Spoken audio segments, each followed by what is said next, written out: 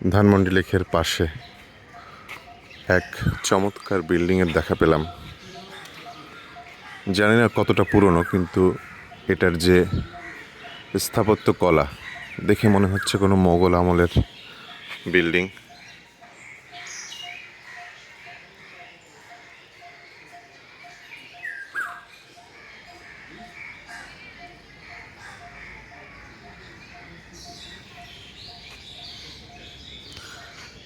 এমনকি বিল্ডিংয়ের যে সীমানা প্রাচীর, সেই সীমানা প্রাচীরে মাটির কিছু টেরাকোটা ব্যবহার করা হয়েছে, সেগুলো দেখাচ্ছি।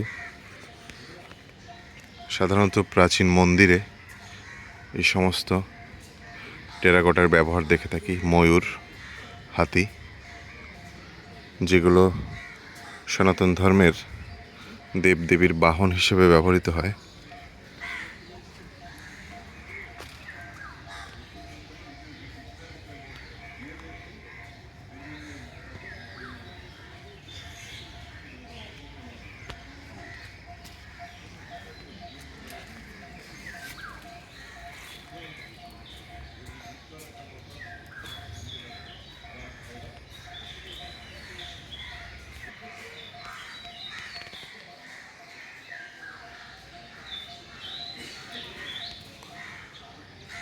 বাড়ির ভিতরে প্রবেশ করলে হয়তো আরও অনেক কিছু দেখা যেত,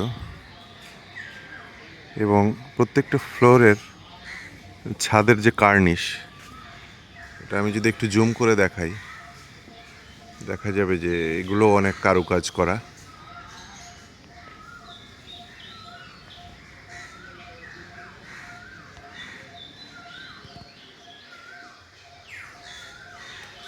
বিল্ডিংটি ধানমন্ডি লেকের একেবারে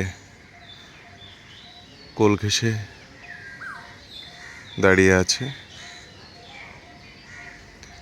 জানি না এটার কোনো ঐতিহাসিক পটভূমি আছে কিনা এই বিল্ডিংয়ের, বা ইতিহাস আছে কিনা, তবে হঠাৎ করে নজর কাড়ল বিল্ডিংটি, এজন্য ভিডিও করলাম এবং আপনাদের মাঝে এটা শেয়ার করছি।